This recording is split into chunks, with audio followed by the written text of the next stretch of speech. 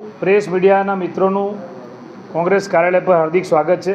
આજે ફરી ટૂંકી નોટિસમાં આ પ્રેસ વાર્તાનું આયોજન કર્યું છે અને આપ સૌ અહીંયા ઉપસ્થિત છો, આપનો આભાર માનું છું।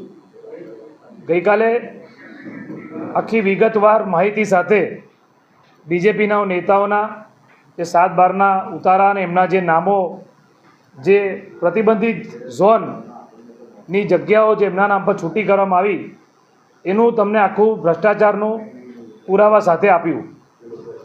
આજે આપણે વડોદરા શહેરમાં આપણે સૌ જાણીએ છીએ કે આજે સામાન્ય નાગરિક હોય જે ટેક્સ ભરે છે, વેરો ભરે છે અને એની કોઈ જગ્યા હોય તો જે 40% કપાતનો નિયમ હોય છે એ સામાન્ય નાગરિકને લાગુ પડે છે, પરંતુ ભાજપના માલેતુજારો કે જે લોકો 30 વર્ષથી આ વડોદરામાં સત્તા પર બેઠા છે અને જેમના ભ્રષ્ટ શાસનના પાપે આ વડોદરામાં પૂર આવ્યું, વડોદરા પાણીમાં ડૂબ્યું અને એ ભ્રષ્ટ શાસનનો બીજો ભ્રષ્ટાચારનો નમૂનો આજે તમારી સમક્ષ રજૂ કરીએ છીએ કે 40% કપાત છે એ ટેક્સ પેયર માટે એ નિયમ લાગુ પડે, પરંતુ ભાજપના માલેતુજારો માટે એ નિયમ લાગુ પડતો નથી।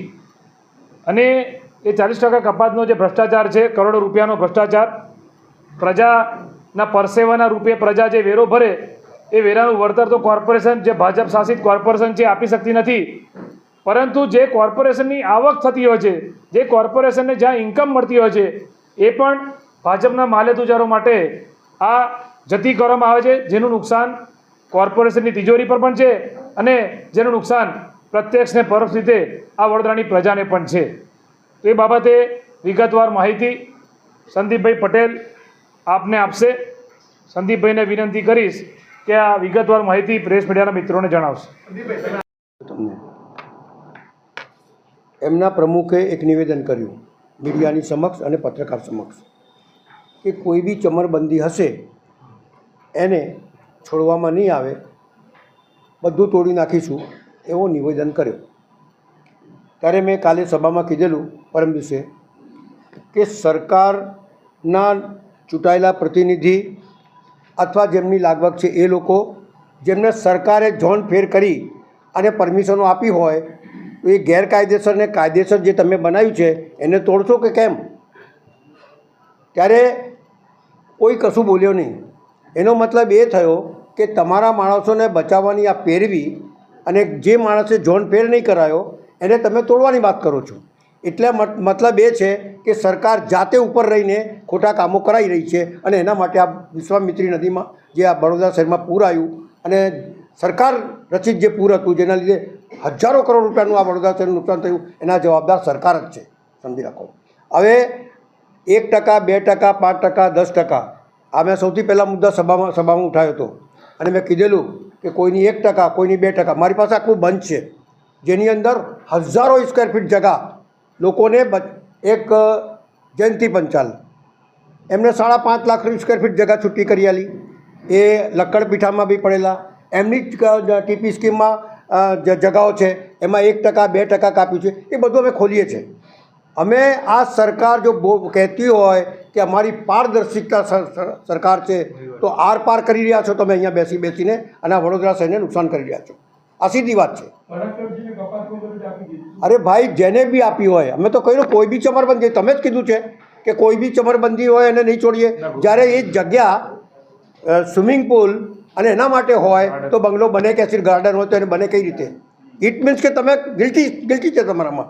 એટલે સવાલ સરકારને પૂછીશું અને અમારા નેતાઓ વિધાનસભામાં બી બોલશે, લોકસભામાં બી બોલશે, જરૂર પડશે અમારા નેતા આ શહેરના 27 લાખ જે નાગરિકો છે એ હેરાન થતા, માલિક તો નાગરિક છે આ શહેરનો અને એને માલિક હોવા છતાં એ હેરાન થઈ રહ્યો છે અને મળતિયા ફાઈ રહ્યા છે। એટલે આના માટે લડવું જરૂરી છે, શહેરના હિત માટે, લોકોના હિત માટે, નુકસાન થયું એના હિત માટે આપણે લડવું જરૂરી છે। ત્યારે એમને જ્યારે અમારા નેતાએ જ્યારે પ્રેસ કોન્ફરન્સ કરી અને એમાં નામ આવ્યું તો એમને ફટ દઈને સામે આક્ષેપ કર્યો, તો આક્ષેપ કર્યો તો પછી ભાઈ જે કંઈ હશે નીકળશે। અમારા સંદીપ પટેલનું હોય એનું નીકળશે તો એ એમનું તોડીશું, અમારું હશે તો મારું તોડો, આમનું હોય ઋતિકભાઈનું તો એમનું તોડો। આવો મેદાનમાં તમે લોકોએ ભાઈ, જો તમે એવું કહેતા હોય કે આને આ કર્યું છે પેલા એ કર્યું તો બધું કોર્ટમાં કેસ કરો, તમારી સરકાર છે, તમે પ્રેશર કરશો, તમે દબાણ કરશો, કેસ કરશો, જે કરવો એ કરો, પણ હવે આ જો મુદ્દો ઉઠ્યો છે એ શહેરના નગરજનોના હિતમાં છે. આપ તમામ સૌ મીડિયા કર્મીનો સૌ પ્રથમ આટલી ટૂંકી શોર્ટ નોટિસમાં આવ્યા એ બદલ આભાર. હવે સમાનો સર્વે નંબર પરાક્રમસિંહ જાડેજાનું બંગલો સર્વે નંબર 646 અને 647/1 પૈકી હવે આ બંને સર્વે નંબરમાં પરાક્રમસિંહ બાપુનો બંગલો આવેલો છે. આ બંને સર્વે નંબરનું માપ ટોટલ થઈને 1,23,000 ચોરસ ફૂટ છે. બંને સર્વે નંબરનું જે તમને બધાને મેં ઓફિશિયલી સર્ટિફાઈડ કોપી આપી છે. 1,23,000માં સરકારની કાયદા મુજબ 1,23,000ના 40% કાઉન્ટ કરે તો 49,000 ચોરસ ફૂટ કમ્પલસરી 40% કપાત કરવી પડે. અને જેટલી પણ રજા ચિઠ્ઠી વડોદરા મહાનગરપાલિકામાં ઇસ્યુ થાય છે છેલ્લા 40%નો કાયદો આવ્યા પછી તમામની 40% જમીનો પ્લોટ વેલિડેશન કરીને વડોદરા મહાનગરપાલિકાએ સામાન્ય નાગરિકોની ખેડૂતોની કપાત કરેલી છે. હવે 646 અને 647 પરાક્રમસિંહ બાપુનો બંગલો એનો આ 7 બાર છે. આ 7 બારમાં પહેલા પેજ પર તમે જોશો તો સ્પષ્ટ લખેલું છે 501 ચોરસ મીટર કટ કરેલું છે જગ્યા, એટલે લગભગ 5,000 ફૂટ. 1,23,000 ચોરસ ફૂટમાંથી ખાલી 5,000 ફૂટ જમીન કાપી છે, એ બી રોડ લાઇનમાં કટ જતી. હવે રોડ લાઇનમાં એમને શું ફ્રોડ કર્યો છે એ બી પુરાવા છે, એ બી આપું છું આગળ. ખાલી 1,23,000માંથી 49,000ની જગ્યાએ 5,000 ફૂટ કપાત આપી છે રોડ લાઇનની. બાકી આખી જમીન અત્યારે એમના પજેશન સાથે આ ફોટોગ્રાફ્સની કલર આપેલા છે. 1,17,000 ફૂટ જેવી જગ્યા છે. વડોદરા મહાનગરપાલિકાએ 1,17,000માં 40% કાપ્યા વગર ટોટલ બાંધકામમાં મંજૂરી આપી. 45,000 49,000ની જગ્યાએ 5,000 જગ્યા કપાઈ. 44,000 ફૂટ જગ્યા ગણીએ તમે એપ્રોક્સિમેટ, જે કપાત કરી નથી.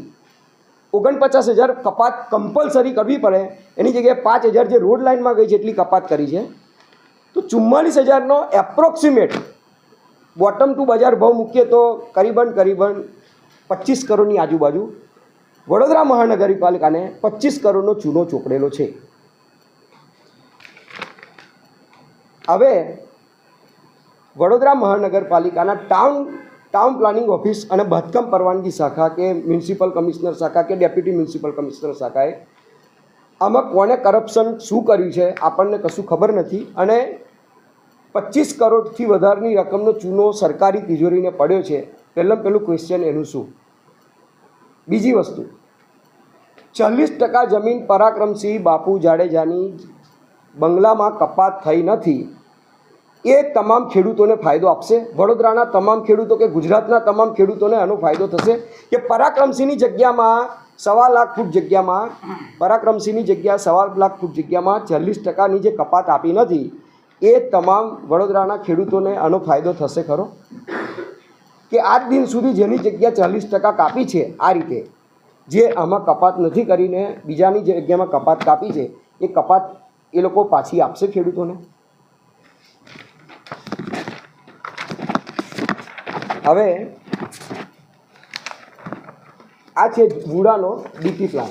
ડીપીમાં જે સામેની બાજુ હરની બાજુ સર્વે નંબર 112 અને 13 જે મારો પોતાનો સર્વે નંબર છે, સર્વે નંબર હરની 112 અને 13 એની નકશાની ઓફિશિયલી કોપી મેં તમને શેર કરી છે, સર્ટિફાઈડ કોપી આપી છે. એમાં તમે જોશો તો દેખાશે 112 અને 13 બંનેમાં કપાત જમીન છે બતાવે છે ડીપીમાં.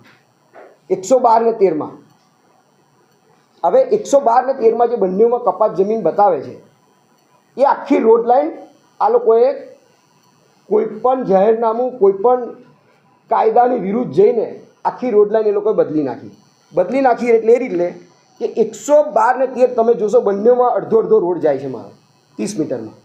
એની જગ્યાએ ખાલી એની પાછળનું કાગળ જોશો તો કોર્પોરેશનની સર્ટિફાઈડ કોપી છે, નકશાની સહી સિક્કાવાળી કોપી. ખાલી ને ખાલી 112માં કપાત કરી જગ્યા, એટલે રોડ લાઈન આખી ચેન્જ થઈ ગઈ. વુડાના ડીપી પ્લાનમાં આજે પણ 112 ને 113માં જ રોડ લાઈન બોલે છે. એની જગ્યાએ 112માં નાખી રોડ લાઈન. હરણીના 112માં રોડ લાઈન ચેન્જ થઈ એટલે પરાક્રમસિંહના બંગલાની ઓપોઝિટ દિશામાં રોડ લાઈન ખસી. આ પરાક્રમસિંહને બંગલાની ઓપોઝિટ દિશામાં રોડ લાઈન ખસી સામેની સાઈડે. એનો મિનિંગ એ છે કે આ રોડ લાઈન જે સામેની દિશામાં ખસી એનાથી લલિત રાજેન્દ્ર ત્રિવેદી, જે પરાક્રમસિંહના બંગલાની કન્ટિન્યુઅસમાં આવતી જગ્યા, રાજેન્દ્ર ત્રિવેદી, લલિત રાજ, બધાને એનો ફાયદો થયો છે. અને એનું ટોટલ કપાત મારી સાઈડે વધી ગયું. મારી જગ્યા 21,000 ચોરસ ફૂટ જે વિના વર્તારે એ લોકોએ લઈ લીધી ધમધમકીથી, એ જગ્યા આ રીતે ફ્રોડ કરીને એ લોકો આખી રોડ લાઈન બદલી છે. અને આજે બી વુડાના નકશામાં તો હરણીના 112 ને 13માં જ રોડ લાઈન કટિંગ બોલે છે, જેની સર્ટિફાઈડ નકલ મેં આપને બંચમાં આપેલી છે.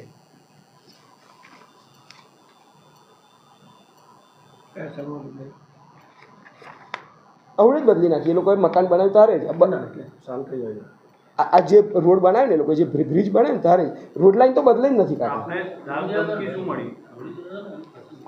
ધાપધમકી કશી નહીં મળી. કાલે જે મેં તમને બધી વાત શેર કરી એ પ્રમાણે ધાપધમકી કે 2009થી એ લોકો મને નોટિસો ચાલાલ કરે છે, મકાન ખોટું છે, આમ છે, તેમ છે, વોટ એવર જે છે એનો કોર્ટનો મનાઈ હુકમ છે. એટલે એમાં કોઈ વસ્તુ છે નહીં. પણ આ રોડ લાઈન જે ચેન્જ થઈ એ લોકોને કરોડો રૂપિયાનો ફાયદો થયો અને 25 કરોડથી વધારે જે 40% જમીન કપાત થઈ નથી એ લોકોની, તો એનો ફાયદો વડોદરાના બીજા ખેડૂતોને, બીજા ગામના તમામ ખેડૂતોને મળશે ખરો? આટલો મારે તંત્રને સવાલ છે. અને આમાં આ રાજકોટ કરતાં મોટું કૌભાંડ છે કે આપણી બાંધકામ પરવાનગી શાખા અને વડોદરા મહાનગરપાલિકાએ જે એક જ પર્ટિક્યુલર ભાજપના નેતાની જગ્યા કાપી નથી, આવી હશે બીજા કોઈની ભાજપના નેતાની, જે મારા ધ્યાને નથી, હશે બધાની, પણ એક જ ભાજપના નેતાની જગ્યા કપાત